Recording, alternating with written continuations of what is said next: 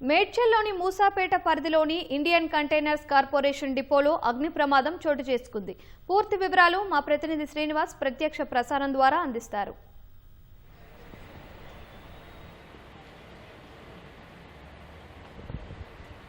మూసాపేటలోని container corporation limited గోదాములో భారీ అగ్ని ప్రమాదం చోటు చేసుకుంది.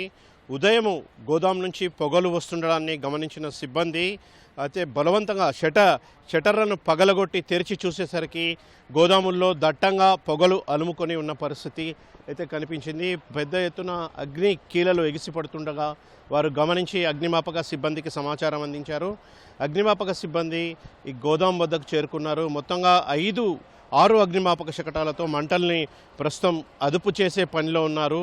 అయితే ఈ గోదాములో ఎక్స్పోర్ట్ ఇంపోర్ట్కు సంబంధించిన మెటీరియల్ ఇందులో ఇక్కడ నిల్వ చేస్తూ ఉంటారు. అది ఇక్కడి నుంచి ఎవరికైతే చేరాలో వారు వచ్చి ఇక్కడి నుంచి ఆ మెటీరియల్ని తీసుకొని వెళ్తూ ఉంటారు. అయితే ప్రమాదం జరిగిన సమయంలో గోదాములో ఎక్కువగా మద్యం సీసాలు ఉండడంతో ప్రమాదం మరింత పెరగడానికి కారణమైంది. పూర్తిగా సీసాలన్నీ కూడా కొన్ని సీసాలు పగిలిపోయిన పరిస్థితి, ఇందులో పేలుతున్న శబ్దాలు కూడా వినిపిస్తున్న పరిస్థితి అయితే కనిపిస్తుంది.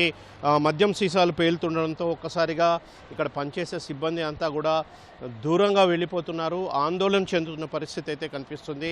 మొత్తంగా అగ్నిమాపక శాఖ సిబ్బంది అధికారులు కూడా ఘటనా స్థలానికి చేరుకుని మంటల్ని అదుపు చేసే పనిలో ఉన్నారు. ప్రస్తుతం అయితే మంటల్ని అదుపు చేస్తున్నారు.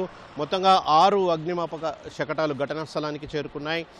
వీటి ద్వారా మంటలను అయితే ప్రస్తుతం అదుపు చేస్తున్నారు. మంటలు పూర్తిగా పొగలైతే దట్టంగా వ్యాపించాయి. గోదాం నిండా అయితే పొగలు దట్టంగా వ్యాపించాయి.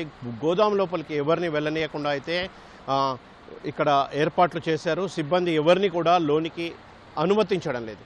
ప్రస్తుతం అయితే సహాయ చర్యలు అయితే ఇంకా కొనసాగుతున్నాయి.